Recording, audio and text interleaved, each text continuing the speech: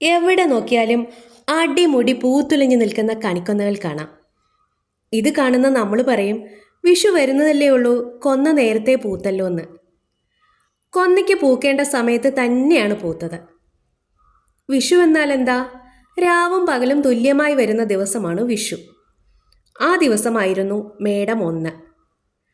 ആ ദിവസം ക്രമേണ മുന്നോട്ട് മാറി ഇപ്പോൾ മാർച്ച് മാസത്തിലായിരിക്കുന്നു. രാവും പകലും തുല്യമായി വരുന്ന ദിവസങ്ങളോടടുത്ത് നല്ല ചൂടുള്ള സമയത്താണ് കൊന്ന പൂക്കുന്നത്. അപ്പോൾ കണിക്കൊന്നയ്ക്ക് തെറ്റിയിട്ടില്ല. നമ്മൾ വിഷു ആഘോഷിക്കുന്നത് മേടം 1-നാണ്. വിഷുവിനാണ് ആഘോഷങ്ങളും ചടങ്ങുകളും ഒക്കെ നടത്തുന്നത്. അന്നും കൊന്നപ്പൂക്കൾ നമുക്ക് കിട്ടും. കാരണം കൊന്നപ്പൂക്കൾ വിരിഞ്ഞു തുടങ്ങിയാൽ കുറേയേറെ ദിവസം നിൽക്കും. കൊന്ന പൂത്തുലഞ്ഞു നിൽക്കുന്നത് ഒരു പ്രത്യേക ഭംഗി മാത്രമല്ല, ഐശ്വര്യം കൂടിയാണ്. ഈ മരത്തിൻ്റെ ചുവട്ടിൽ ഇങ്ങനെ നിൽക്കുമ്പോൾ മനസ്സിനൊരു കുളിർമയും ഒരു പോസിറ്റീവ് എനർജിയും ഒക്കെ നമുക്ക് ഫീൽ ചെയ്യും. രാവിലെ എഴുന്നേറ്റാൽ ഞാൻ ഇതിൻ്റെ ചുവട്ടിൽ വന്ന് നിൽക്കും.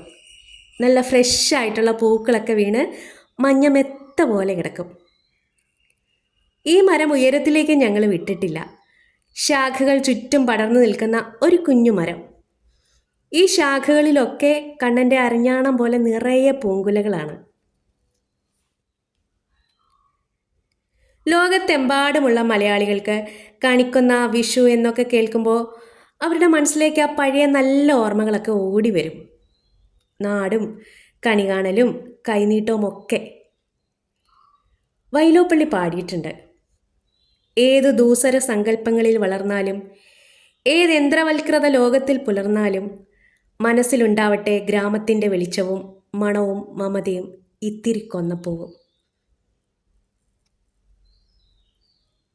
വീഡിയോ ഇഷ്ടമായാൽ ഒരു ലൈക്ക്.